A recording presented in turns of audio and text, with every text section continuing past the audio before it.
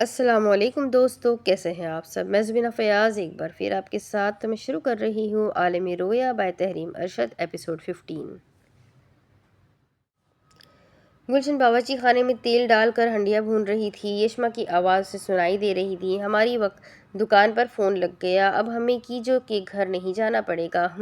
اسے ناک سکیڑ لی، دکان پر لگانا کون سا گھر پر لگ گیا ہے، اب بس صرف اپنی سہولت دیکھتے ہیں۔ دیکھ میرے ربا، کیسے یہاں میرے شوہر کا پیسہ پانی کی طرح بہایا جا رہا ہے۔ صلاح الدین صاحب سیڑھیاں اتر کر نیچے آ رہے تھے۔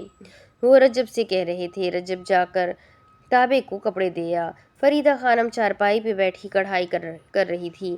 اف، اس شور شرابے میں تو میرا سر پھٹا جا رہا ہے۔ صلاح الدین صاحب صحن میں چلے آئے اور ان سے پوچھنے لگے، رجب کدھر ہے؟ انہوں نے انہیں دیکھا اور بتانے لگی، نماز پڑھنے گیا ہے۔ وہ چارپائی پہ بیٹھے ویلے دی نماز کویلے دیا ٹکرا، مغرب کا وقت ہونے والا ہے اور یہ عصر کی نماز پڑھ رہا ہے، استغفر اللہ۔ اب انہوں نے باورچی خانے کی جانب دیکھا، لگتا ہے آج دوپہر کی اور رات کی روٹی ایک ساتھ تناول کی جائے گی۔ فریدہ خانم خفگی سے باورچی خانے کی جانب منہ کرتے ہوئے کہنے لگی، اے گلشن، چل آ بھی جا۔ وہ باورچی خانے میں چولہے کی آنچ تیز کرتے ہوئے بولی، اماں بس 10 منٹ۔ بٹ ہاؤس میں ہر سو رونق چھائی ہوئی تھی۔ شاز اور عبدالتواب بخت روا کے کمرے میں بیٹھے ہوئے تھے۔ حاجرہ، تہلیل اور کوہ نور بیٹھک میں گپ شپ لگا رہی تھی۔ نیلوفر گھر کے خادم سے کھانے کی میز لگوا رہی تھی اور سلیمان برفی کے ساتھ کھیلنے میں مگن تھا۔ نماز کا وقت ہونے والا ہے، حاجرہ نے اس خیال سے وال کلاک کی جانب دیکھا۔ کوہ نور ذرا مسکرا کر پوچھنے لگی، باجی اب انگلستان کی مصروف روٹین میں نماز کے لیے وقت کیسے نکالتی تھی؟ اس نے اسے دیکھا اور کہنے لگی، جیسے علامہ اقبال نے فرمایا ہے۔ وہ عرض کرنے لگی، زمستانی ہوا میں گرچہ تھی شمشیر کی تیزی، نہ چھوٹے مجھ سے لندن اور آداب سحر خیزی۔